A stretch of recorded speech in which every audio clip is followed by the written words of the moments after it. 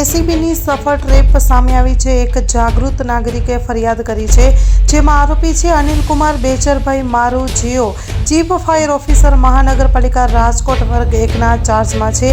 12/8/2024ના રોજ લાંચની માંગણી કરતા ગુનામાં રકમ આવી છે 1,80,000। લાંચ સ્વીકારેલ રકમ છે કુલ 1,80,000 અને રિકવર કરેલ રકમ છે 1,80,000। ટ્રેપનું સ્થળ છે ચીફ ફાયર ઓફિસરની કચેરી, સેન્ટ્રલ ઝોન, રાજકોટ મહાનગરપાલિકા શહેર।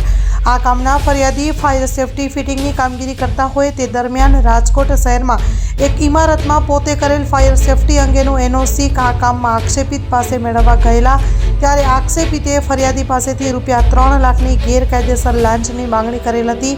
જે તે વખતે ફરિયાદીએ ₹1,20,000 આપી દીધેલ હતા અને આક્ષેપિતે બાકીના લાંચના ₹1,80,000 4-5 દિવસમાં આપી જવાનું જણાવેલ હતું। જે લાંચની રકમ ફરિયાદી આપવા માંગતા ન હોય અને ફરિયાદીનાઓએ જામનગર એસીબીનો સંપર્ક કરેલ હતો। ફરિયાદીની ફરિયાદના આધારે ગોઠવેલ લાંચના છટકા દરમિયાન કામે આક્ષેપિતાઓએ ફરિયાદી સાથે હેતુલક્ષી વાતચીત કરી હતી અને ₹1,80,000ની ગેરકાયદેસર લાંચની માંગણી કરતા લાંચના નાણાં સ્વીકાર્યા હતા અને પોલીસે આ અંગે વધુ તપાસ હાથ ધરી છે।